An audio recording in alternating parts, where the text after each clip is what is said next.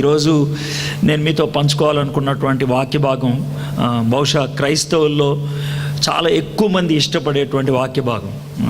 అంటే ఒకవేళ దీన్ని కోట్ చేస్తే నేను వినలేదని కానీ, లేకపోతే దీని గురించి నాకు తెలియదని కానీ బహుశా ఇక్కడ కూర్చున్నటువంటి వాళ్ళు ఎవరు అనరేమో. అయినప్పుడు కూడా దీంట్లో ఉన్నటువంటి లోతైనటువంటి భావాన్ని మనం గ్రహించడానికి ప్రయత్నం చేద్దాం. కొన్ని నెలల క్రితం అనుకుంటా, అది maybe couple of years back, ఒక ఫ్రెండ్ నాకు ఒక బుక్ గిఫ్ట్ ఇచ్చాడు. ఒక బుక్ చాలా లావుగా ఉన్నది. ఆ బుక్ గిఫ్ట్ ఇస్తే దాన్ని బుక్ చూశాను. బ్లాక్ అట్ట ఉంది, పైన కింద పేరు గిరియం లేదు. అట్ట తీసి పైన చూస్తే కనుక ఒక సెంటెన్స్ కనబడింది.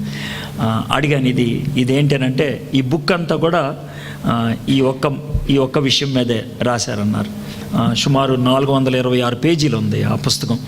ఆ పుస్తకం అంతా కూడా బైబిల్లో ఉన్నటువంటి ఒక చిన్న కీర్తన, 6 వచనాల కీర్తన. దాని మీద అంత పెద్ద పుస్తకం ఆయన రాశాడు. యెహోవా నా కాపరి, అంతే, టైటిల్ అదే ఉంది. The lord is my shepherd, అది టైటిల్ అనమాట. దాని మీద ఆయన ఒక పుస్తకం మొత్తం రాయటం జరిగింది. నాకు చాలా ఇంట్రెస్టింగ్గా అనిపించి దాన్ని చదివాను. అంతేకాకుండా ఇంటర్నెట్లో ఈ బుక్ మీద నాకు ఏమన్నా పుస్తకాలు దొరుకుతాయేమో అని చూస్తే దగ్గర 22 పుస్తకాలు డౌన్లోడ్ చేసుకున్నాను నేను, కేవలం ఒక్క కీర్తన మీద. చాలా కోణాల్లో దాని గురించి చాలా అర్థాలు చెప్పడం మొదలుపెట్టారు. మేబీ దాంట్లో నేను నేర్చుకున్నటువంటి విషయాల్లో మేబీ 1 or 1.5% నాకు 100 విషయాలు తెలిస్తే దాంట్లో 1.5 మీకు చెప్తానేమో అంతే. మనకున్నటువంటి టైంలో ఈ చిన్న కీర్తన సామ్ 23, కీర్తనలు 23, మనందరికీ తెలుసు దీన్ని దావీదు రాశాడని. There is absolutely no doubt.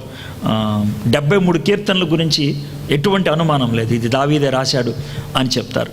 ఒక 28 కీర్తనల గురించి అనుమానం, దావీదు రాశాడు ఇంకెవరిని రాశాడని ఉన్నాయి. మిగిలిన కీర్తనలకి పేర్లు ఉన్నాయి. లైక్ సొలొమోన్ రాశాడని, ఆసాఫ్ కుమారులు రాశాడని, మోషే రాశాడని, ఇట్లాగ వేరు పేర్లు ఉన్నాయి. 23 కీర్తన అయితే మాత్రం దావీదు కీర్తన అని చెప్తూ ఉంటారు. ఈ కీర్తన గురించి మనం సింపుల్గా చెప్పాలంటే ఇదంతా కూడా ఒక అలంకారం మీద బిల్డప్ ఉంది. అలంకారం అంటే తెలుసు కదా, మనం ఎవరినైనా తిట్టాలన్నా ఎవరినైనా మెచ్చుకోవాలన్నా అలంకారాలు వాడుతూ ఉంటాం కదా. అలంకారాలు అంటే ఒక మాట ద్వారా అనేకమైనటువంటి వాస్తవాలు దాంట్లో ఇముడుస్తాం అనమాట. అది కోతిలాగా ఉంటుంది అని అంటే బాగా గొడవ చేస్తుంది అని అర్థం, పందిలాగా ఉంటుంది అని అంటే బాగోదు అని అర్థం, కాకిలాగా ఉంటుంది, మల్లెపువ్వులాగా ఉంటుంది, ఇలాగా మనం పదాలు ఉపయోగిస్తాం. ఇవి అలంకారాలు అని అంటాం. ఇందులో ఒక అలంకారాన్ని యూజ్ చేశారు. ఆ అలంకారమే మొత్తం కీర్తనంతా 6 వచనాలు కూడా బిల్డప్ అయి ఉంటుంది. యెహోవా నా కాపరి అని అన్నప్పుడు దేవుణ్ణి ఈ కీర్తనాకారుడు, దావీదైనటువంటి కీర్తనాకారుడు ఒక కాపరిలాగా పోల్చుకున్నాడు. కాపరిలాగా మనకి తెలుసు కదా, ఉపమాన అలంకారం అని అంటాం. బేసిక్గా అలాంటి అలంకారం, ఉపమానాన్నే ఉపమేయంగా పోల్చి చెప్తున్నట్లయితే దాన్ని ఉపమాన అలంకారం అంటాం. వలె అనేటువంటి పదం లేకపోతే కనుక రూపక అలంకారం అంటాం. అది చిన్నప్పుడు మీరు నేర్చుకొని ఉంటారు, మర్చిపోయి ఉంటారు కూడా, వాట్ ఎవర్ ఇట్ ఈస్. అయితే ఇది ఆ అలంకారం అన్నమాట. నా కాపరి, దేవుణ్ణి ఒక గొర్రెల కాపరిగా చూశాడు అనమాట. అయితే ఈ కీర్తన ఎవరికి వర్తిస్తుంది అని అంటే, దేవుడు కాపరిగా ఉంటాడు, దాంట్లో ఎటువంటి అనుమానం లేదు. కానీ ఆ వ్యక్తి మాత్రం గొర్రెగా మారాలి, అప్పుడే అది కాపరిగా ఆయన ఉండగలుగుతాడు. అది ఇంపార్టెంట్ అన్నమాట. గొర్రెగా మారటం అనే దాంట్లోనే చాలా విశిష్టత ఉన్నది. జంతువులన్నిటిలో లేకపోతే పక్షులన్నిటిలో గొర్రెకు ఒక ప్రత్యేకత ఉంది. ఏంటి అని అంటే, ఏ జంతువు అయినా సరే దాని మీద దాడి జరిగినప్పుడు, అటాక్ జరిగినప్పుడు ఈ 2 పనుల్లో ఏదో ఒక పని చేస్తుంది. ఏంటి ఆ 2 పనులు అంటే, ఒకటి అది పోరాడుద్ది, ఫైట్ అంటారు కదా, పోరాడుద్ది. రెండోది ఏంటంటే పోరాడలేనన్నప్పుడు పారిపోద్ది, ఫ్లైట్. అయితే ఫైట్ చేస్తుంది, లేకపోతే ఫ్లైట్ అయిపోతుంది. అది ఏ జంతువు అయినా చేసేటువంటి పని. అయితే గొర్రెకు ఈ 2 రావు. దానికి ఫైట్ చేయటం రాదు, ఫ్లైట్ కూడా రాదు, పోరాడటం రాదు, పారిపోవటం కూడా రాదు. కాబట్టి ఖచ్చితంగా గొర్రె కాపరి మీద ఆధారపడుతుంది దాని యొక్క సంరక్షణ కోసం. అయితే ఒక 50 కుక్కలు కలిసినాయి అనుకోండి, ఒక పెద్ద జంతువు అయినటువంటి పులిని భయపెట్టగలుగుతాయి. కానీ 10,000 గొర్రెలు కలిసినా కూడా ఒక కుక్కను కూడా భయపెట్టలేవు. ఆస్ట్రేలియా లాంటి దేశాల్లో, లేకపోతే న్యూజిలాండ్ లాంటి దేశాల్లో, స్కాట్లాండ్ లాంటి దేశాల్లో గొర్రెలు పెంచేటువంటి వాళ్ళు గొర్రెలను పెంచడానికి వాళ్ళు ఉపయోగించేది ఏంటంటే కుక్కలు. బేసిక్గా అంటే 1000 గొర్రెలు ఉంటే కనుక ఒక కుక్క కంట్రోల్ చేసేస్తుంది చాలు. అంత ఈజీ అన్నమాట. ఎందుకనంటే గొర్రెలు ఆ విధంగా కంట్రోల్ చేయబడగలుగుతాయి. కాబట్టి ఈ కీర్తన మనకు వర్తించాలి అని అంటే సింపుల్గా మనం గుర్తుపెట్టుకోవాల్సింది ఏంటంటే మనం గొర్రెలాగా తయారవ్వాలి. అంటే ఏంటి? దేవుని మీద పరిపూర్ణంగా ఆనుకోవడానికి ఇష్టపడాలి. అప్పుడే ఈ కీర్తన మనకు వర్తిస్తుంది. దేవుడి మీద పూర్తిగా ఆనుకోవటం, అది జరగకపోతే కనుక we cannot enjoy this song దేవుడి మీద. అందుకనే ప్రపంచంలో అతి పురాతనమైనటువంటి వృత్తి గార్డెనింగ్, అంటే కాపరి, అంటే తోటమాలిగా దేవుడు ఆదామును తయారు చేస్తే సెకండ్ ఓల్డెస్ట్ వృత్తి ఏది అని అంటే గొర్రెల పెంపకం. ఎందుకంటే ఆదాం యొక్క కొడుకు ఏబెల్ గొర్రెల్ని పెంచేటువంటి వాడుగా ఉన్నాడు కదా, గొర్రెలు కాబట్టి ఎందుకు అని అంటే గొర్రె unless it is controlled by somebody it cannot grow. మనకి అడవి కుక్కలు ఉంటాయి, అడవి కోళ్ళు ఉంటాయి, అడవి పందులు ఉంటాయి, అడవి కాకులు ఉంటాయి, కానీ అడవి గొర్రెలు ఎక్కడ ఉండవు. ఎందుకంటే గొర్రె ఎప్పుడు కూడా సాధు జంతువే. గొర్రెని ఎప్పుడు కూడా ప్రొటెక్ట్ చేసి పెంచాల్సిందే. సో సొంత ప్రయత్నం చేసుకొని నా అంతటి నేను బ్రతుకుతాను, నా అంతటి నేను వ్యవహరిస్తాను అన్న వ్యక్తికి 23వ కీర్తన వర్తించదు. నేను పూర్తిగా దేవుని మీదే ఆనుకుంటాను, నేను ఇంకా నాదంటూ నేనేమి చేయలేను, పూర్తిగా నేను దేవుని మీద ఆనుకుంటాను అని ఎవరంటారో వాళ్ళకి మాత్రమే ఈ కీర్తన వర్తిస్తుంది. అది మన జీవితంలో కొన్నిసార్లు జరుగుతూ ఉంటుంది. ఎలాగ చెప్పమంటారా? మనం చేసేటువంటి ప్రయత్నాలు అన్నీ అయిపోయిన తర్వాత ఇక చివరికి దేవా అని అంటాం చూసా, దేవుడు చాలాసార్లు నవ్వుకుంటాడు, ఈ పని ఏదో ముందే చేస్తే బాగుండేది కదా అంటాడు ఆయన. అది కానీ మానవులంగా మనకున్నటువంటి నైజం ఏంటంటే ఈగోస్ అనేవి ఉంటాయి.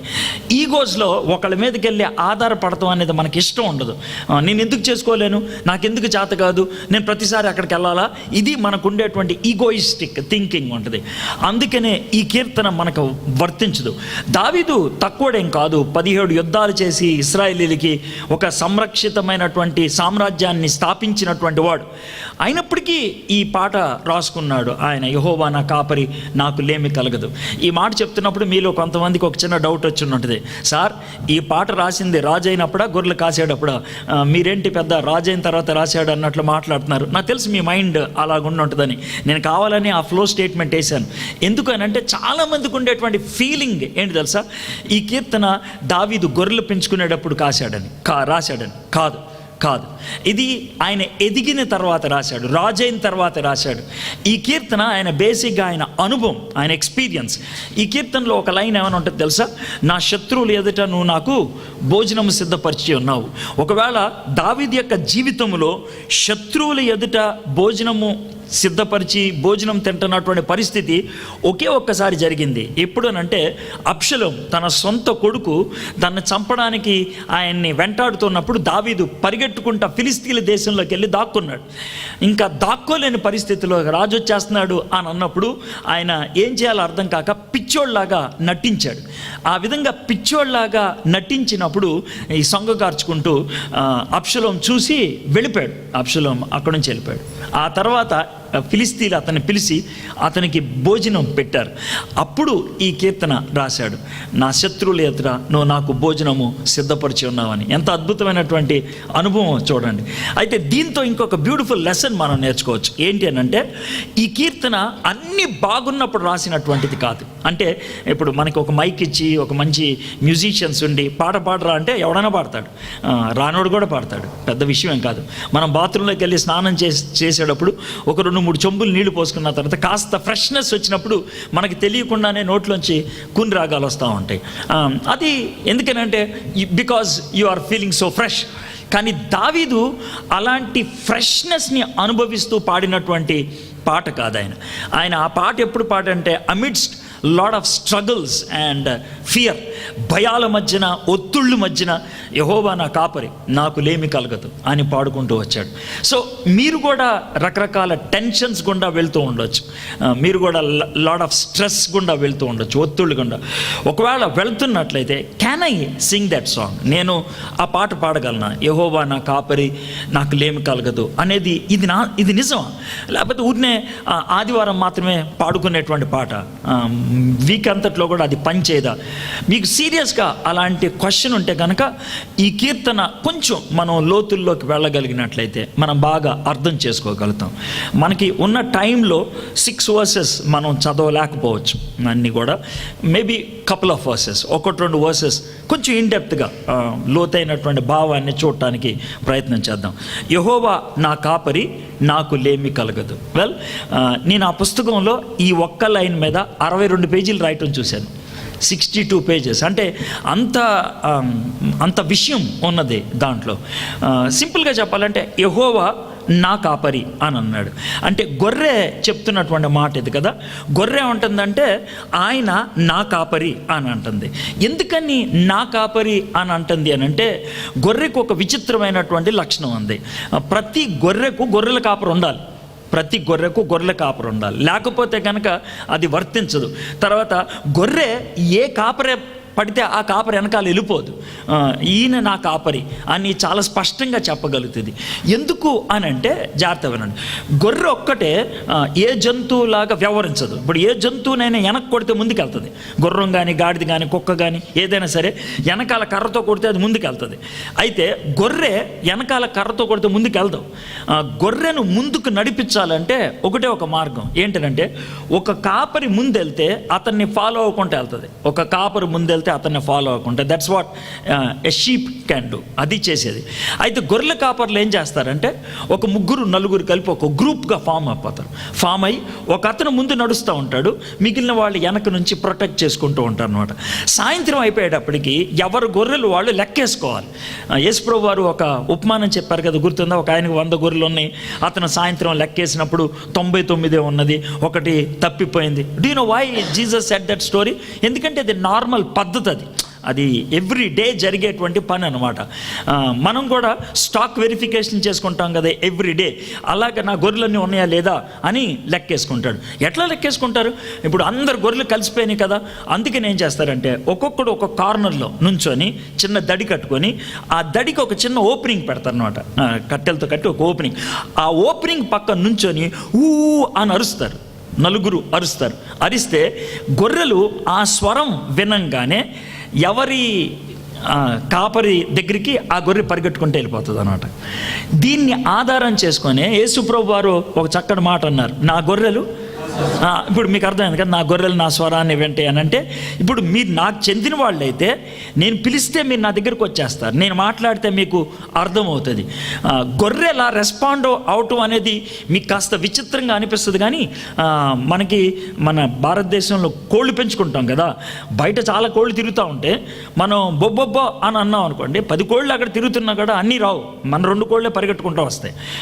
ఎందుకనంటే మన అరుపు ఆ కోడికి అర్థం అవుతుంది. అదేనమాట నా గొర్రెలు నా స్వరాన్ని వింటాయి అనేటువంటి మాట చెప్తున్నాడు. సో అక్కడ అది భావన అన్నమాట.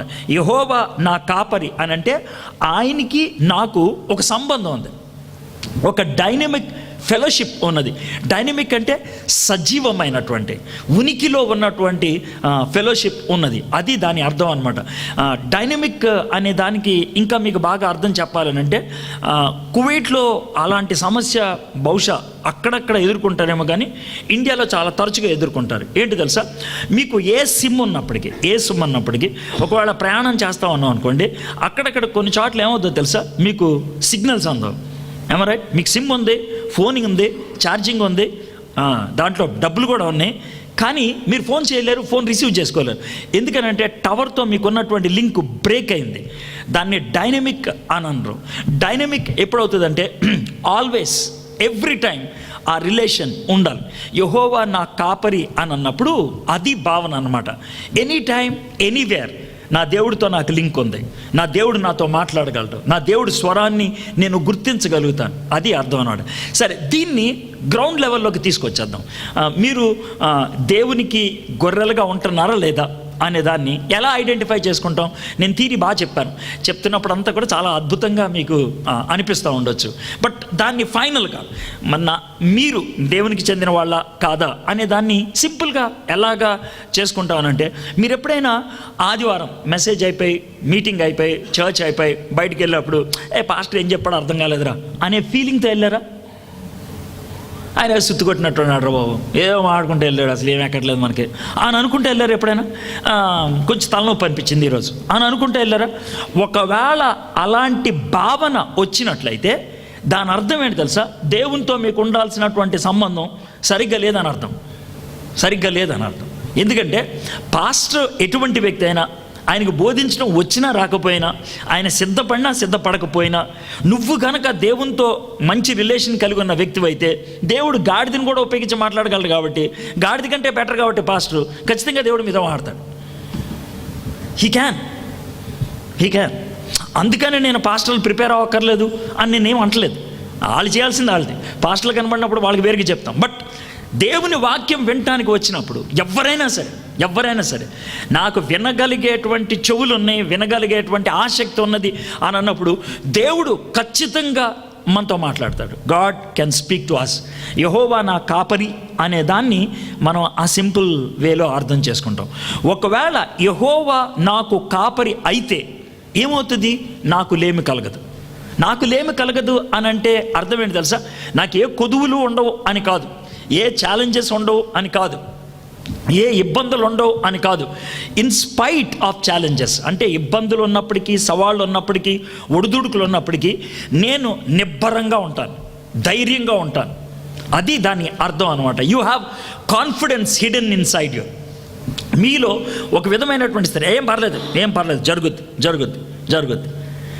అది స్థైర్యం అంటే. యెహోవా నా కాపరి, నాకు లేమి కలగదు అంటే అర్థం అన్నాడు. It can happen. ఒక చిన్న సన్నివేశం చెప్తాను, మీకు అర్థమవుద్ది. ఇంగ్లాండ్ దేశంలో ఇది జరిగింది అని మొన్న ఈ మధ్యనే ఒక వాట్సాప్ వైరల్లో వచ్చింది. అది చదువుతా ఉంటే నాకు బాగా అనిపించింది. ఒక పాప, అంటే చిన్న పాప, మేబీ షీఈ్ అరౌండ్ 11-12 ఇయర్స్ ఉన్నది. ఆ పాప రోడ్డు పక్కన ఒక చోట నుంచుని ఉంటే, యూజువల్గా వెస్ట్రన్ కంట్రీస్లో ఏంటంటే బిలో 15 ఇయర్స్ పిల్లలు కనుక ఎవరైనా కనబడితే కనుక వాళ్ళని అడుగుతారు, నువ్వెవరివి, మా మమ్మీ డాడీ ఎక్కడున్నారు, నువ్వు ఎందుకు ఇక్కడ నుంచున్నావు అని అడుగుతారు అనమాట. ఈ పాపను అడిగితే ఆమె అంతా చెప్పింది. స్కూల్ ఐడి చూపించింది. మరి ఇక్కడ ఎందుకు నుంచున్నావు అని అంటే, బస్ కోసం నుంచున్నావు అంటే, బస్ స్టాప్ అక్కడ కదా, ఇక్కడ ఎందుకు నుంచున్నావు అని అంటే, బస్సు ఇక్కడ ఆగుద్దిలే అని అన్నదంట. అంటే బస్సు ఇక్కడ ఆగదు, ఎవరు ఆపరు, ఇక్కడ బస్సు అక్కడ ఆపుతారు అంటే, లేదు బస్సు ఆగుద్ది అని అక్కడే నుంచుందంట. అనే పోలీసు వాడికి కొంచెం కోపం వచ్చింది. అంటే ఎందుకంటే అది నో పార్కింగ్ జోన్, అక్కడ ఎందుకు బస్సు ఆపుతాడు, ఈ అమ్మాయికి ఎందుకు ఇక్కడ నుంచి ఉంటుంది అని అనుమానంగా కొంచెం దూరం ఉండి అలా చూస్తా ఉన్నాడంట. బస్సు వచ్చి కరెక్ట్గా ఆగిందంట. ఈ బస్సు ఎక్కుతుంది. ఆ పోలీసు ఆయన పరిగెట్టుకుంటా వచ్చి డ్రైవర్ని, బస్సు ఎందుకు ఆపావంటే, ఆ అమ్మాయిని మా అమ్మాయిలే అని అన్నాడంట. అది పరిస్థితి. అంటే చాలా సింపుల్ విషయం అవ్వచ్చు, కాకపోతే దాంతో మనకు ఉన్నటువంటి కాన్సెప్ట్ ఏంటంటే, బస్సు డ్రైవర్ మా డాడీ, నేను ఎక్కడి నుంచి ఉంటే అక్కడ ఆగుద్ది, కానీ ఆగిన చోట నేను నుంచాను. You got my point? అది డిఫరెన్స్ అనమాట. అది యెహోవా నా కాపరి, నాకు లేమి కలగదు అంటే అర్థం అనమాట. దేవుడు నావాడు, ఆయన నన్ను చూసుకుంటాడు, నేను టెన్షన్ పడాల్సిన ఏమీ లేదు. నేను ఎక్కడికైనా వెళ్ళిపోతే కనుక ఆయన అక్కడికి వచ్చేస్తాడు, అంతే. సో ఆ డైనమిక్ ఫెలోషిప్ అనేది మనకు ఉంటుంది అనమాట. సరే, నెక్స్ట్ వచ్చిన పచ్చిక గల చోట్లను ఆయన నన్ను పరుండ చేయుచున్నాడు. పచ్చిక గల చోట్ల ఆయన పరుండ చేయుచున్నాడు అంటే సాఫ్ట్గా గడ్డి బాగా ఉన్న చోట ఆయన నన్ను పడుకోబెడతాడు, నాకు మంచి స్లీప్ ఇస్తాడు, టెన్షన్ లేనటువంటి నిద్ర నాకు ఉంటుంది. గొర్రె టెన్షన్ పడకుండా దానికి ఉన్నటువంటి 4 కాళ్ళు ముడిచిపెట్టేసి దాన్ని పొట్ట నేల మీద ఆంచి పడుకోవాలంటే దానికి 4 ప్రాబ్లమ్స్ ఉండకూడదు, అప్పుడే పడుకుంటుంది. ఈ 4గింట్లో ఏ ఒక్కటి ఉన్నా ఇట్ వోంట్ స్లీప్. చాలా సింపుల్గా చెప్పచ్చు అవేంటి 4 అనేసి. నెంబర్ 1 ఏంటంటే, ఇక్కడ ఒక 50 గొర్రెలు ఉన్నాయి అనుకుందాం, ఇది గొర్రెల చావడి ఇక్కడ ఉన్నాయి, ఓకే, పడుకోమని చెప్పాం గొర్రెల్ని. పడుకో. ఎప్పుడు పడుకో తెలుసా? ఒకవేళ ఒక 100 అడుగు దూరాన్న, లేకపోతే ఒక 300 అడుగుల దూరాన్న ఒక పులి అలా వెళ్తుంది అనుకోండి, లేకపోతే ఒక చిరుత పులి అలా వెళ్తుంది అనుకోండి, ఒక తోడేలు అలా వెళ్తుంది అనుకోండి, ఈ గొర్రెలు ఏదైనా పడుకొని ఉంటుందా? ఏది పడుకోదు. దానికి భయం, చూస్తూ ఉంటుంది. అది పడుకోలేకపోవడానికి మొదటి కారణం ఏంటంటే భయం. భయం నిద్ర లేకుండా చేస్తుంది గొర్రెను. భయం కలిగితే కనుక అది పడుకోదు, కాళ్ళు ఇలా కొట్టుకుంటూ ఉంటుంది. ఎందుకంటే అది పారిపోలేదు, ఎదిరించలేదు. అందుకనే టెన్షన్ పడిపోతూ ఉంటుంది అన్నమాట, అంత దూరం ఉన్నటువంటి ఆ శత్రువుని చూసి. మనలో కొంతమందికి నిద్ర పట్టకపోవడానికి కారణం ఏంటో తెలుసా? భయం. భయం ఏదైనా మనల్ని అలుముకుంటే మనకి నిద్ర పట్టదు. మీలో ఎప్పుడైనా ఇలాంటి డైలాగ్ వేసారా? రాత్రి అస్సలు నాకు నిద్ర పట్టలేదు, అస్సలు పడుకోలేకపోయింది తెలుసా నేను అని అంటారు. మీరు ఒక్కవేళ ఆ మాట అన్న ఆ రాత్రి గురించి మీరు ఆలోచించండి. ఏసీ సరిగ్గా పనిచేయకపోవడం కాదు కారణం, బెడ్ సరిగ్గా లేకపోవటం కాదు కారణం, దోమలు విసికించడం కాదు కారణం, అన్నం లేకపోవటం కాదు కారణం. మరి ఏంటది? There is some kind of tension. ఏదో ఒక తెలియనటువంటి భీతి, తెలియనటువంటి భయం అలుముకుంది. అందుకనే మీరు పడుకోలేపారు. That's the basic reason. అయితే దావీదు ఏమంటున్నాడంటే, అబ్షలోము నన్ను చంపడానికి వస్తున్నాడు, భయం అంత దూరంలో ఉంది, కానీ నాకేం భయం లేదు. ఏనంటే దేవుడు నాతో ఉన్నాడు. నేను ఇందాక చెప్పాను కదా, యెహోవా నా కాపరి, నాకు లేమి కలగదు అన్నప్పుడు సమస్యలు ఏమీ ఉండవని కాదు, సమస్యలను అధిగమించే శక్తి మన దగ్గర ఉంది కాబట్టి మనం ధైర్యంగా ఉండగలుగుతాం. ఉదాహరణకి గొలియాతు ఇశ్రాయేలీని భయపెట్టినప్పుడు రాజుతో సహా ప్రతి ఒక్కళ్ళు భయపడ్డారు. రాజుతో సహా ప్రతి ఒక్కళ్ళు భయపడ్డారు. అయితే దావీదు భయపడలేదు. ఎందుకు భయపడలేదు దావీదు అంటే, దావీదుకి దేవుడు తోడుగా ఉన్నాడు. అది అనుభవపూర్వకంగా గుర్తించాడు. అందుకనే గొలియాతుని భయపెట్టాడు. సో మై ఫ్రెండ్స్, ప్లీజ్, మీలో భయాందోళనలు ఉంటే కనుక, బాబోయ్ రేపు పొద్దున్న నా పరిస్థితి అంటే, నెక్స్ట్ వీక్ నా పరిస్థితి అంటే, నెక్స్ట్ మంత్ నా పరిస్థితి అంటే, మేబీ ఇంకో 2 monthsలో నా అక్కమ్మ అయిపోతుంది, నెక్స్ట్ ఏంటి? If you have that kind of fear, ప్రాక్టికల్గా ఆలోచిద్దాం. You have that kind of fear, అటువంటి భయాలు మీకున్నట్లయితే అప్లై దిస్. ప్రభా, నువ్వు నా కాపరివైతే కనుక నాకే చింత ఉండకూడదు కదా, నిన్ను నా కాపరిగా చేసుకుంటున్నాను, నేను పూర్తిగా నీ మీద నేను ఆనుకుంటున్నాను. You take care. మీరు దీన్ని నడిపించండి. అది మీరు అనగలిగేటువంటి మాట. మొదటిది భయం.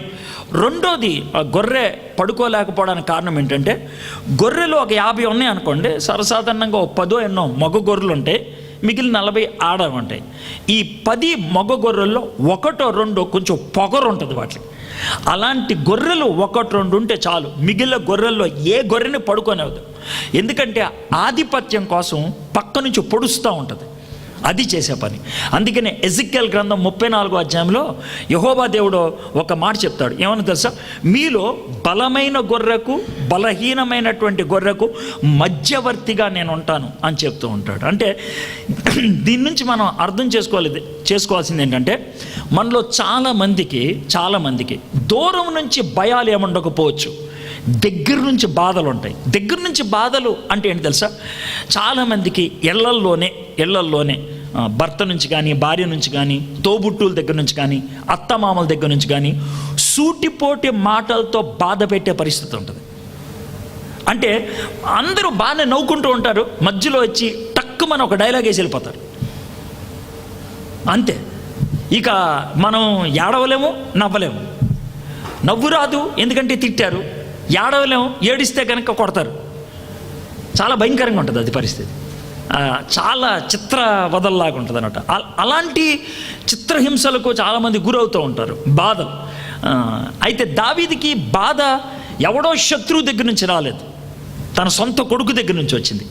యేసు ప్రభు చాలా బాధపడటానికి ఒక కారణం ఏంటంటే, యేసు ప్రభుని అప్పగించింది ఎవరో పరాయి శత్రువు కాదు, తాను ప్రేమించి ఏర్పరచుకున్నటువంటి 12 మందిలో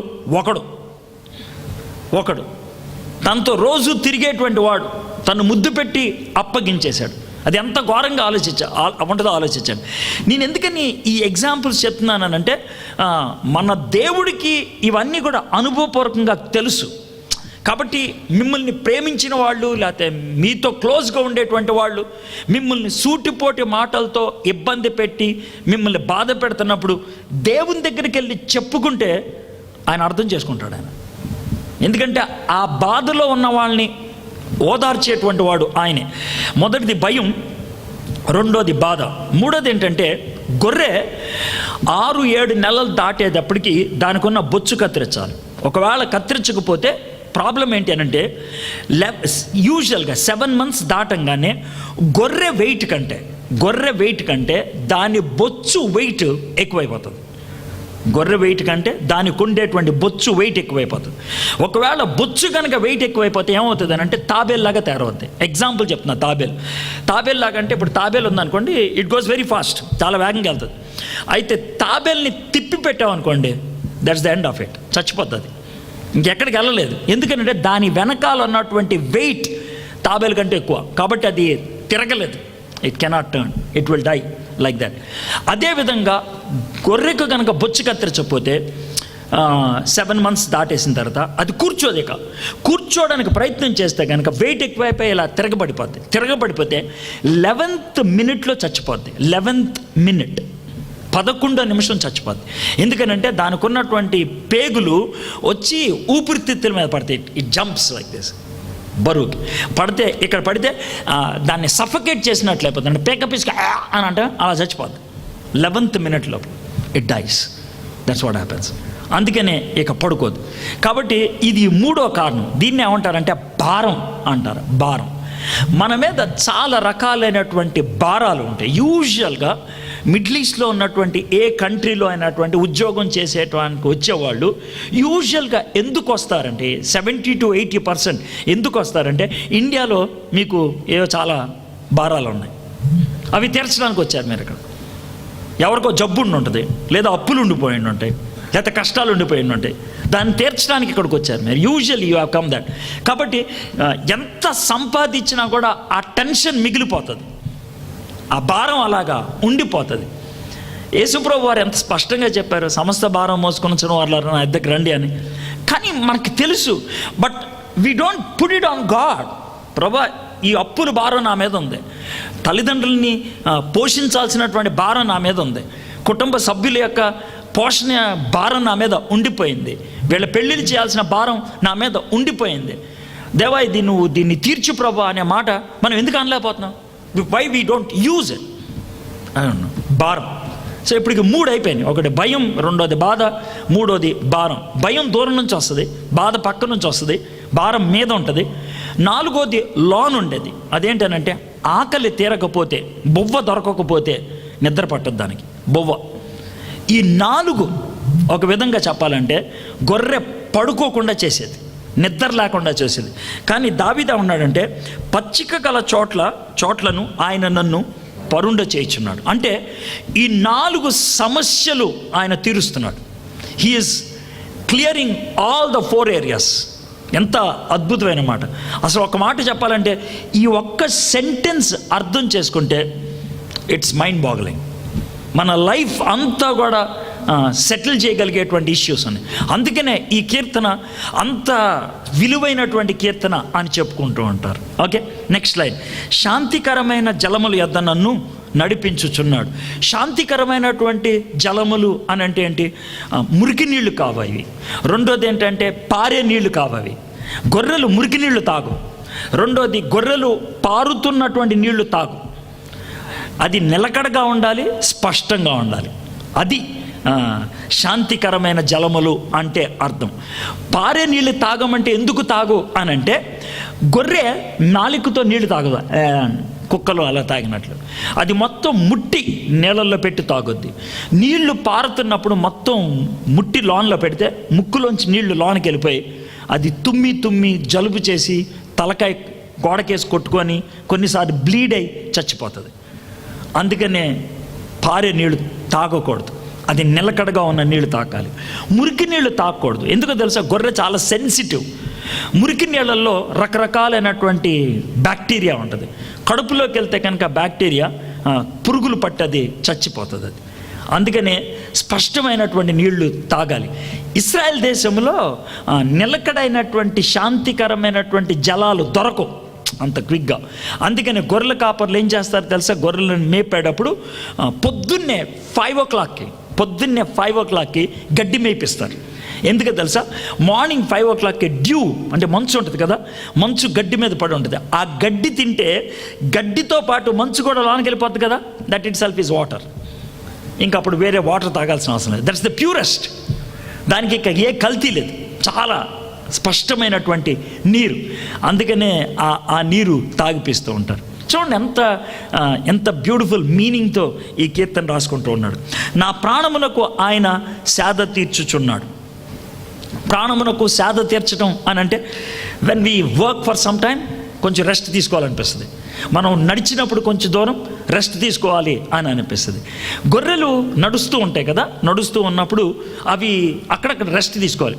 3 రకాలైనటువంటి గొర్రెలు ఉంటాయి. ఒకటి మామూలు గొర్రె, అది యూజువల్గా అంత డిస్టెన్స్ అయిన తర్వాత ఆగాలి. రెండో రకమైనటువంటి గొర్రె ఏంటి తెలుసా? దారిలో నడుస్తూ ఉన్నప్పుడు కొన్ని గొర్రెలు గర్భం వస్తూ ఉంటాయి, పిల్లలు పుడుతూ ఉంటాయి. అప్పుడే పుట్టినటువంటి గొర్రె పిల్ల ఏం చేస్తుంది తెలుసా? స్పీడ్గా కొంచెం దూరం నడుస్తుంది, తర్వాత ఆగిపోద్ది. స్పీడ్గా ఎందుకు నడుస్తుంది అంటే ఆతృతతో. ఎందుకు ఆగిపోద్ది అంటే ఇంకా నడవలేక. అలాంటి గొర్రెను కనుక కొట్టామనుకోండి, వెనక నుంచి బలవంతంగా నడిపించామనుకోండి, కాళ్ళు సచ్చుబడిపోయి ఇంకా నడవలేదు. అందుకనే చిన్న గొర్రె పిల్లలు, అప్పుడే పుట్టినటువంటి గొర్రె పిల్లల్ని ఏం చేస్తారు తెలుసా? గొర్రెల కాపురు మీదెక్కించుకొని తీసుకొని వెళ్తాడు. మీదెక్కినప్పుడు గొర్రెకి ఎలా ఉంటుంది? చాలా హాయిగా ఉంటుంది. మీదెక్కినప్పుడు గొర్రెకి హాయిగా ఉంటుందని మీకు అర్థం అవ్వాలంటే ఒక చిన్న ఎగ్జాంపుల్ చెప్పమంటారా? మీ ఇంట్లో ఒకవేళ 5 to 10 years మధ్యలో పిల్లలు ఎవరు ఉన్నారు అనుకోండి, 5 to 10 years, మీరు మార్కెట్కి బయలుదేరారనుకో, పిల్లలు నేను కూడా వస్తాను మమ్మీ అంటారు. యూజువల్గా 5 to 10 years మధ్యన పిల్లలు వస్తానన్నారు అనుకోండి, మీరు అంటారు సబ్బో వద్దురా, నువ్వు వచ్చేవరకు ఎత్తుకోమంటావు, సాగుకొడతావు నన్ను అని అంటాం. యూజువల్ డయలాగ్ అది. అయితే వాళ్ళు వాగ్దానం చేసేస్తారు, ఏమన్నా తెలుసా? లేదు నేను నడుస్తానని. అయితే వాళ్ళు ఎప్పుడు దాకా నడుస్తారు తెలుసా? ఇంటికి వచ్చే ముందు దాకా. ఆ తర్వాత మమ్మీ ఎత్తుకో అంటారు. You cannot deny. మీరు అప్పటికే చాలా దూరం నడిచారు, తర్వాత అటు ఇటు బ్యాగులు ఉంటాయి, ఎత్తుకో అంటారు. ఇంకేం చేయాలాగా సంకలో ఎత్తుకొని ఎక్కువ అని అంటారు విపరీతమైన కోపంతో. అర్థమైందా? అలాగా ఎక్కిన తర్వాత మమ్మీ ఈ బొమ్మ ఏంటి, మమ్మీ ఇక ఇదేంటి అని అంటూ ఉంటారు. ఎందుకంటారు తెలుసా? వాళ్ళు మీ భుజం ఎక్కిన తర్వాత, అర్థమైందా, లేకపోతే మీ సంఖ ఎక్కిన తర్వాత ఒక్కసారిగా రిలాక్స్డ్గా అనిపిస్తుంది అన్నమాట వాళ్ళకి. అప్పుడు కబుర్లు వస్తూ ఉంటాయి. అది సేద తీర్చుకోవటం అంటే. That's what God says. ఆయన సేద తీరుస్తాడు అంటే ఇక పర్ఫెక్ట్ రెస్ట్ నాకు ఇస్తాడు. ఇది రెండో రకమైనటువంటి నడక. మూడో రకమైనటువంటి నడక ఉంది. అదేంటంటే గర్భంతో ఉన్నటువంటి గొర్రెలు అవి స్పీడ్గా నడవలేవు, స్లోగా నడుస్తాయి. అప్పుడప్పుడు వాటికి రెస్ట్ కావాలి. వాటికి రెస్ట్ కావాల్సిన టైంలో ఇవ్వకపోతే కనుక, లేదా దాన్ని మీద ఎక్కించుకుంటే కనుక ఏమవుతుందంటే అబార్షన్ అయిపోతుంది. సో అందుకనే ఆ గొర్రెలు ఆగితే ఈడు కూడా ఆగిపోతాడు. దాంతో ఎంత బాగా అర్థమవుతుంది తెలుసా? గాడ్ నెవర్ పుషెస్ అస్. దేవుడు ఎప్పుడు మనల్ని బలవంతం చేసి తొయ్యుడు. ఆయన బ్రతిమలాడతాడు, ప్రేమతో ఆయన వ్యవహరిస్తాడు మనతో దేవుడు ప్రేమతో వ్యవహరిస్తాడు. కాబట్టి మనం ఇష్టం వచ్చినట్లు అడ్డగాడిదలాగా తిరుగుతూ ఉంటాం. ఒకవేళ దేవుడు కఠినంగా వ్యవహరించేవాడైతే మన బతుకులు ఎలా ఉండేయో. కానీ దేవుడు మనకి స్వేచ్ఛనిచ్చాడు, దేవుడు మనల్ని ప్రేమిస్తున్నాడు. కాబట్టి he gives lot of openings, చాలా అవకాశాలు మనకి ఇచ్చుకుంటూ వస్తూ ఉంటాడు. నా ప్రాణమునకు ఆయన సేద తీర్చున్నాడు. తన నామమును బట్టి నీతి మార్గములో నన్ను నడిపించుచున్నాడు. తన నామమును బట్టి నీతి మార్గముల్లో నన్ను నడిపించుచున్నాడు అని అంటే, గొర్రెలు ఉన్నటువంటి మరొక విచిత్రమైన లక్షణం ఏంటంటే, ఆవులను కానీ గేదెలను కానీ మేకలను కానీ ఒక పొలంలో పెంచుతారు. కానీ గొర్రెలను అలా పెంచలేరు, వాటిని అలా తిప్పుతూ ఉండాలి. ఎందుకంటే గొర్రె ఎప్పుడు తిన్నా కూడా చిగురు తింటుంది, దాని కిందకి వెళ్తుంది. కాబట్టి కొత్త పొలంలోకి ప్రతిరోజు తీసుకెళ్ళకపోతే, చిగురు కనబడకపోతే, మామూలు గడ్డి తినేస్తే, దాంతోపాటు పుల్లల లోనకి వెళ్తే అరగక పుల్ల వెనక నుంచి బయటకు వస్తే బ్లీడింగ్ అవుతుంది. అందుకని చిగురే తినిపిస్తూ ఉంటాడు. అందుకని ఈ మాట రాశాడు, తన నామమును బట్టి నీతి మార్గములో నన్ను నడిపించుచున్నాడు. మీరు అందుకే గమనించినట్లయితే ఇశ్రాయేల్ దేశంలో కొండ మీద గడ్డి ఉంటుంది, ఈ కొండ మీద గడ్డి ఉంటుంది. ఈ కొండ మీద నుంచి ఆ కొండ మీదకి రోజు తిప్పుతూ ఉంటారు. ఎందుకంటే వాళ్ళు ఆ చిగురు, ఆ గొర్రెల ఆ చిగురు తినాలని. దేవుడు ఎంత మంచాడో చూడండి. దేవుడు కొత్త అనుభవాలు మనకి వినిపిస్తూ ఉంటాడు. మీ దగ్గర కూడా ఇక్కడ సాక్ష్యం చెప్పడం ఉంది, వెరీ గుడ్. సాక్ష్యాలు పంచుకోవటం బట్టి చిగురు దొరుకుద్ది మనకి. చిగురు లైక్ సంథింగ్ న్యూ, చాలా కొత్త అనుభవం. వాక్యంలో ఎప్పుడో జరిగినటువంటి విషయాలు ఉంటాయి, అవి సత్యం, దాన్ని నేను కాదని అనట్లేదు.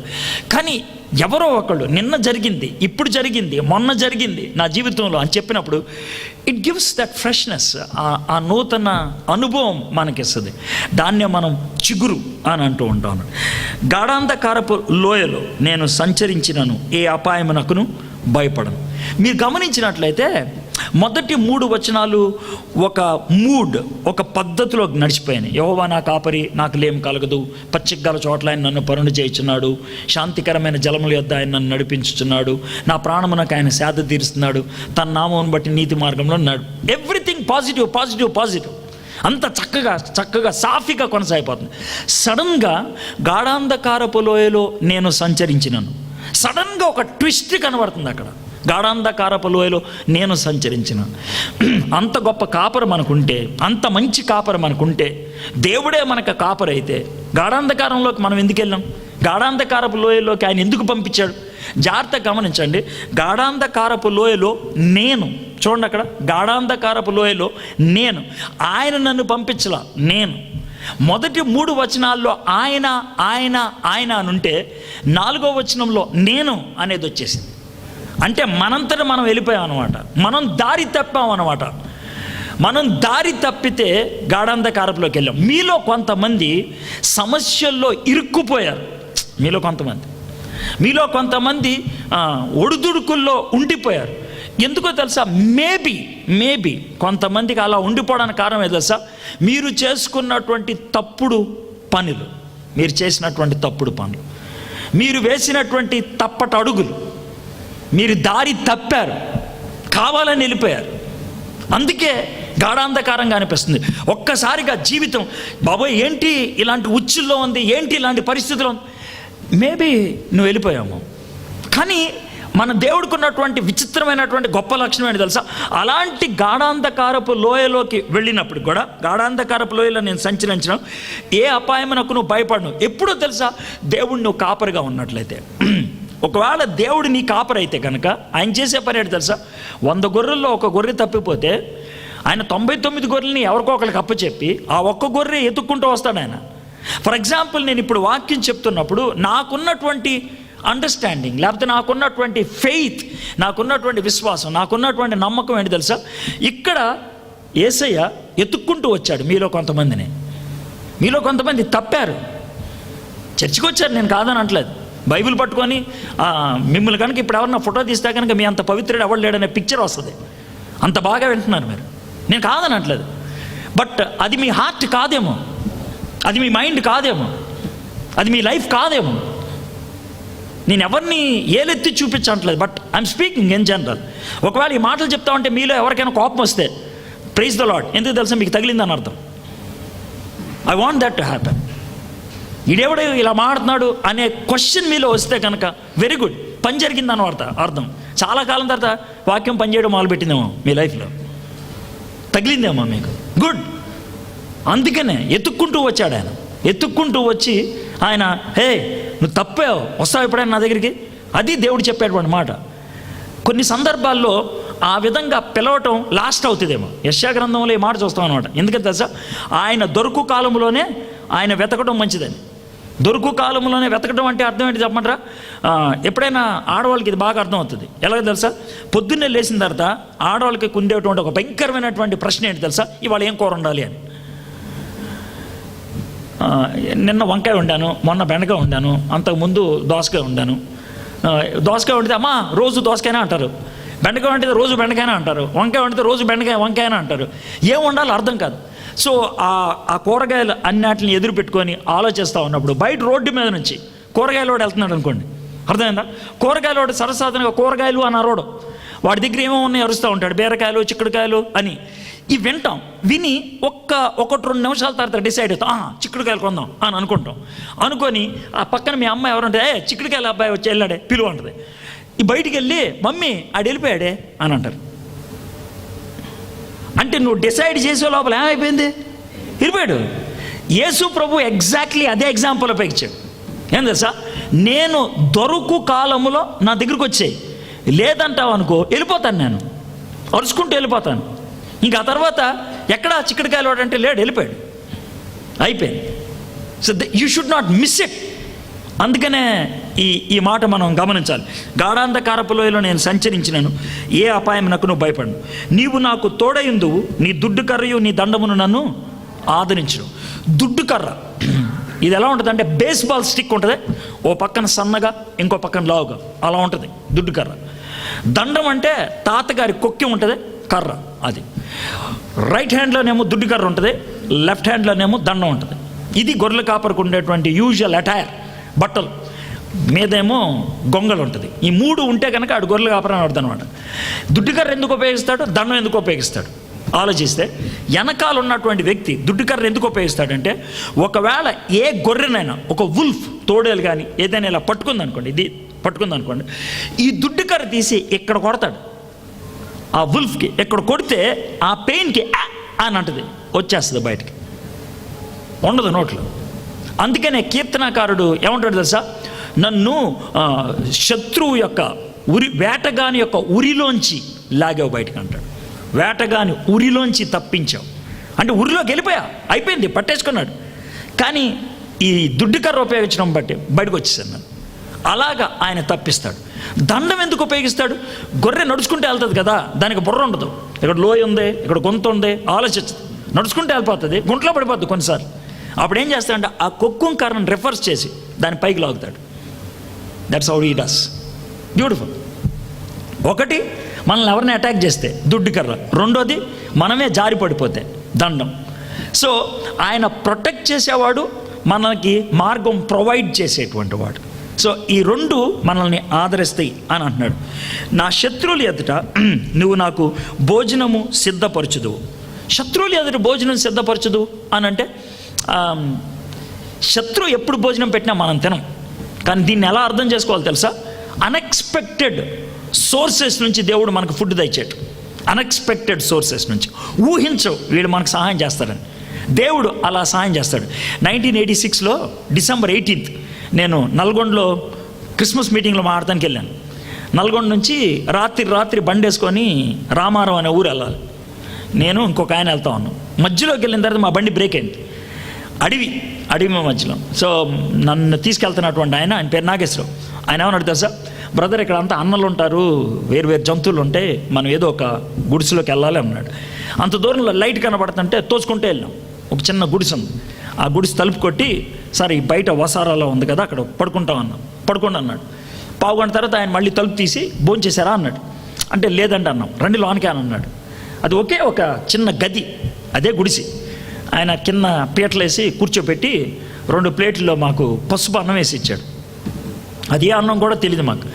ప్రార్థన చేసుకొని తింటున్నాం మేము ఇంటిలో. ప్రార్థన చేసుకొని నోట్లో ముద్ద పెట్టుకుంటుంటే చెయ్యి అడ్డు పెట్టి, ఏం చేశారు ఇప్పటిదాకా అన్నాడు. అంటే మీరు మాకు భోజనం పెట్టారు కదా సార్, దేవునికి వందనాలు చెల్లిస్తున్నాం అన్నాం. ఆయన 2 ముద్దలు మేము తిన్నాక నా పక్కన కూర్చున్నాడు. ఆయన అన్నాడు, అన్నం తిన్నాక మా ఫ్యామిలీ మొత్తాన్ని మీరు ప్రార్థన చేయాలన్నాడు. ఓ చాలా మంచిదని అనుకున్నాం. సరే భోజనం చేసేసాం. ఆయనకి 2 పిల్లలు, ఆ 2 పిల్లల్ని భార్యని వచ్చి మోకరించమన్నాడు. ప్రేయర్ చేసాం. ప్రేయర్ చేసిన తర్వాత బయటికి వెళ్ళిపోతుంటే ఎక్కడికి వెళ్తారు, వాళ్ళ ఇంట్లో ఒకటే మన నులక మంచం అంటారా, అది ఉంది, ఇది తాళ్ళు దాకుంటే దాని మీద మా ఇద్దరిని పడుకోమన్నాడు. వాళ్ళందరూ కింద పడుకున్నాం. 2 అయింది పడుకున్నాడు. అప్పటికి పొద్దున్నే 5 o'clock లేపేశాడు. డిసెంబర్ నెల కదా, 5 o'clock చీకటిగా ఉంది. గట్టి కొట్టాడు ఆయన, బాగా దెబ్బ తేలింది నాకు. ఉడుక్కుపడి లేశాను, వెళ్ళిపోండి అని అన్నాడు. సార్ ఇంత రాత్రి వెళ్ళిపోండి, రాత్రిగా తెల్లారిందిలా అన్నాడు. గడియారం చూస్తే 5 అయింది. ఇక అప్పుడు బయటికి వెళ్ళిపోతూ చేతులు ఇలా పెట్టి, చాలా వందనాలండి, మీ పేరేంటండి అని అన్నా. అంటే కోపం వచ్చేసింది ఆయనకి. నా పేరు ఎందుకు రా అని పచ్చి బూతులు తిట్టేశాడు, బాగా తిట్టాడు. ఎవడరా ఇట్లా తిడుతున్నాడు పేరు అడిగితే అని అనుకున్నా. సర్లే అనుకొని బండి తీస్తామంటే ఇట్రా అన్నాడు. ఎందుకు నా పేరు అని అన్నాడు. ఏం లేదు సార్, మీరు నాకు మంచిగా భోజనం పెట్టారు, రాత్రి పడుకొని ఇచ్చారు, మీ గురించి గొప్పగా ఫీల్ అవుతామనంటే, నా పేరు గుర్తుపెట్టుకోవద్దు, నా పేరు అనవసరం, నా పేరు తెలిస్తే నువ్వు చచ్చిపోతావు అని అన్నాడు. సినిమా డైలాగ్ లాగా అనిపించింది, నా పేరు తెలిస్తే చచ్చిపోతావు అనేది. ఏంట్రైతే అలా అంటున్నాడు అనుకుంటే, అప్పుడు అన్నాడు, నేను ఒక నక్సలైట్ని, నువ్వు మా ఇంట్లో ఉన్నావు అని తెలిస్తే పోలీసులు నేను లోనేస్తారు. అప్పుడు నాకు భయం వేసింది. ఇంకప్పుడు వెళ్ళిపోయాను. అంటే దాంట్లో నాకేం అర్థమైంది తెలుసా, నేను ఊహించలేదు ఆయన ఫుడ్ పెడతాడని, కానీ దేవుడు ఆయన ద్వారా పెట్టించాడు. అంటే నేను ఎందుకు అంటున్నానంటే, దేవుణ్ణి మనం ఆశ్రయించినప్పుడు దేవుడు మనకి సహాయం ఎటు నుండి పంపిస్తాడో నువ్వు ఊహించలేవు. ఇప్పుడు ఏలియాకి కాకులు ఫుడ్ తీసుకొచ్చి పెట్టాయి, సారేపోతే విధవరాలు భోజనం పెట్టేది. ఓకే, దావీదుకి ఫిలిస్తీన్లు భోజనం పెట్టారు. రైట్. సో దేవుడు మనకి ఫుడ్ ఎక్కడి నుంచైనా ఇస్తాడు, ఫ్రమ్ ఎనీవేర్. మనకు హెల్ప్ ఎక్కడి నుంచైనా రాగలుగుతుంది. It can come from anywhere. అది ఆయన యొక్క ఉద్దేశం. నూనెతో నా తల అంటి ఉన్నావు, నా గిన్నె నిండి పొర్లుచున్నది. చాలామంది సేవకులు దీన్ని దేనికి పోలుస్తూ ఉంటారంటే అభిషేకానికి పోలుస్తూ ఉంటారు. గుడ్, అభిషేకానికి నూనె వాడతారు, తప్పేం లేదు. తల మీద నూనె పోసారంటే అది అభిషేకం, రైట్. దాన్ని నేనేం క్వశ్చన్ చేయట్లేదు. కానీ ఇది గొర్రెకి సంబంధించింది. గొర్రెకు నూనె ఎందుకు పోస్తారు? అభిషేకానికి కానే కాదు. మరి ఎందుకు పోస్తారంటే గొర్రెకు సాయంత్రం 4 అయితే కనుక దానికి ఒక బాధ ఉంటుంది. ఏంటంటే నుసుము అంటారు, చిన్నగా ఉంటుంది అది. ఆ నుసుముల బాధ ఉంటుంది అన్నమాట. నుసుములు ఏం చేస్తాయంటే కంటి దగ్గర, చెవు దగ్గర గుయ్య తిరుగుతూ ఉంటుంది. మనం ఎంత కొట్టుకున్నా కూడా అది దొరకదు. అది అయితే సేమ్ ప్రాబ్లం గొర్రెకు ఉంటుంది అన్నమాట. అది పెద్ద బగ్గింగ్ లాగా ఉంటుంది అన్నమాట, తలనొప్పిలాగా వస్తూ ఉంటుంది. పైగా ఈ నుసుము ఏం చేస్తుందంటే కంటి దగ్గర, ముక్కు దగ్గర తిరుగుద్ది. ఎందుకంటే ఈ ముక్కు చివర కంటి కార్నర్లో వెట్నెస్ ఉంటుంది, తడి ఉంటుంది. కంటి మూల పుసు ఉంటుంది, ముక్కు దగ్గర చీవుడు ఉంటుంది. అయితే ఇదేం చేస్తుందంటే అక్కడ తడున్న చాట వాలి గుడ్డు పెట్టేసి వెళ్ళిపోద్ది. ఆ గుడ్లోంచి పురుగు వస్తుంది. ముక్కు చివర కనుక పురుగు వస్తే లోనకి వెళ్ళిపోద్ది. అలాగా కంటి దగ్గర కనుక పురుగు వస్తే కంట్లోంచి లోనకి వెళ్ళిపోతుంది. ఎక్కడికి వెళ్ళిపోయినా కూడా దానికి జిలపడుతుంది, దురద. ఆ దురదను తట్టుకోలేక గోడకేసి కొట్టుకుంటూ ఉంటుంది, చెట్లకేసి కొట్టుకుంటూ ఉంటుంది. ఇది పరిస్థితి. ఈ బాధ పోవాలి అని అంటే 2 పనులు చేస్తారు. ఒకటి ఏంటంటే గడ్డి కాలుస్తారు, నుసుములు పోవు గడ్డికి. అందుకని ఏం చేస్తారంటే ఫైనల్గా చేసే పని అంటే ఆలివ్ నూనె, దాంట్లో కొంచెం కర్పూరం క్యాంఫర్ అంటారు కదా, ఆ 2 కలిపింది ఇక్కడ చిన్న బొట్లాగా పెడతారు. ఆ 2 కలిస్తే ఆ వాసనకు నుసుములు వెళ్ళిపోతాయి. అది ఆయనకు దావీదు యొక్క విషయం. నా గిన్నె నూనెతో నా తల అంటి ఉన్నావు, నా గిన్నె నిండి పొర్లుచును. అంటే I'm now able to eat well and I'm very comfortable. అది చెప్తున్నాడు. నేను బ్రతుకు దినములన్నీ కృపాక్షేమములే నా వెంట వచ్చును. నేను బ్రతుకు దినములన్నీ.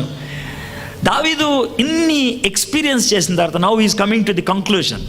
నేను ఇలా బ్రతుకుతున్నప్పుడు నా వెనకాల ఒక పక్కన కృప, ఇంకో పక్కన క్షేమం, ఈ 2 వస్తూనే ఉంటాయి. ఓ పక్కన కృప, ఓ పక్కన క్షేమం, ఈ 2 నా వెంట వస్తాయి. కృప చేసే పని ఏంటి తెలుసా? నేను నడవలేనప్పుడు నన్ను మీద ఎక్కించుకొని వెళ్ళేది, అది కృప. క్షేమం అంటే ఏంటి తెలుసా? నన్ను ఎవరైనా అటాక్ చేస్తానికి వస్తే నన్ను కాపాడేది. బ్యూటిఫుల్. నాకు చిరకాలము యెహోవా మందిరంలో నేను నివాసం చేసేది. ఇంత మంచి కాపరి నాకున్నప్పుడు when and why I should go away? నేను ఎందుకు వెళ్ళిపోవాలి? నేను ఎప్పుడు దేవుని సన్నిధిలో ఉంటాను అని ఒక కమిట్మెంట్ చేసుకుంటున్నాడు దావీదు. నేను చిరకాలము యెహోవా సన్నిధిలో ఉంటాను. మనం మందిరంలో ఆదివారం ఉంటాం కొద్దిసేపు, కానీ ఒకటి మాత్రం మనం చేయగలం. When we go back, let's take God with us. దేవుణ్ణి మనతో తీసుకెళ్ళిపోయాం అనుకోండి, వేరెవర్ వి ఆర్, ఎక్కడున్నప్పటికీ, ఎటువంటి పరిస్థితిలో ఉన్నప్పటికీ దేవుడు మనతో ఉంటాడు. దేవుడు మనల్ని నడిపిస్తూ ఉంటాడు. దేవుని యొక్క కాపుదల, దేవుని యొక్క సన్నిధి ఉన్నప్పుడు మనం చాలా ప్రొటెక్టెడ్గా ఉంటాం. సవాళ్ళు ఉంటాయి, ఛాలెంజెస్ ఉంటాయి, but God definitely provides the way out. దావీదు 6 వచనాలు రాశాడు, దేవుడు మన కాపరి అనే మాట. యేసుప్రభు వారు ఒక్క సెంటెన్స్లో వీటి యొక్క భావాన్ని అంతటినీ పెట్టేశాడు. ఏమన్నాడు తెలుసా? నేను గొర్రెలకు మంచి కాపరిని. మంచి కాపరి గొర్రెల కోసం ప్రాణం పెడతాడు. 1 సింపుల్ స్టేట్మెంట్. అంటే ఏంటి తెలుసా? నిన్ను బ్రతికించడానికి నేను చచ్చిపోవడానికైనా రెడీ. 1 స్టేట్మెంట్ ఆయన ఇచ్చేసాడు. నిన్ను బ్రతికించడానికి నేను చచ్చిపోవడానికైనా రెడీ. అంటే ఏంటంటే I'm committed to protect you. కాబట్టి దేవుడే అంత పూనుకున్నప్పుడు కూడా నువ్వు నాశనం అయిపోయావంటే నువ్వు ఎంత భయంకరంగా ప్రవర్తించావో ఆలోచించు. ఎంత భయంకరంగా ప్రవర్తించావు. ఆయన రెడీగా ఉన్నాడు. ఎంతగా రెడీగా ఉన్నాడంటే చచ్చిపోవడానికి రెడీగా ఉన్నాడు నిన్ను రక్షించడానికి. అంత గొప్ప దేవుడు మనకున్నప్పుడు, అంత కమిటెడ్ దేవుడు మనకున్నప్పుడు, మన లైఫ్ని మనం లూజ్ చేసుకున్నామంటే, మన లైఫ్లో మనము చెడిపోయే పరిస్థితికి వచ్చామంటే దేవుడికి ఎంత వ్యతిరేకంగా పనిచేస్తే అది అవుతుందో ఆలోచించండి. We have to fight to be destroyed.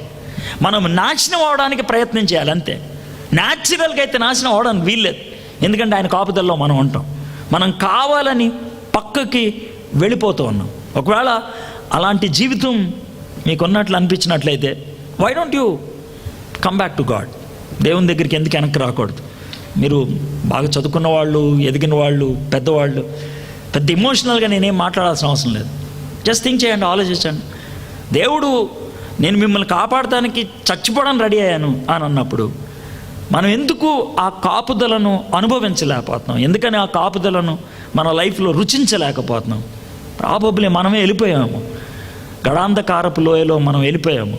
ఆయన దుడ్డు కర్ర పట్టుకొని, దండం పట్టుకొని వస్తున్నాడేమో, మనం రెస్పాండ్ అవుదాం. ఆయన మన దగ్గరికి తీసుకుంటాడు, ఆయన మనల్ని సంరక్షిస్తాడు. అలాంటి అనుభూతిలోకి దేవుడు వెళ్ళడానికి సహాయం చేయను గాక. ప్రార్థన చేసుకుందాం తల్ల వంచి. మా దేవా, మా ప్రభా, 23వ కీర్తన దావీదు యొక్క అనుభవం నుంచి మీరు మాకు నేర్పించినటువంటి ఈ అద్భుతమైనటువంటి పాఠాలకే మీకు వందనాలు చెల్లిస్తాం. నువ్వు మమ్మల్ని రక్షించడానికి చచ్చిపోవడానికైనా సంసిద్ధపడ్డావు, చనిపోయావు కూడా. కాబట్టి నీ రక్షణ మాకు ఉంది ప్రభా, దాన్ని మేము చేజిక్కించుకోవాలి, అనుభవించాలి.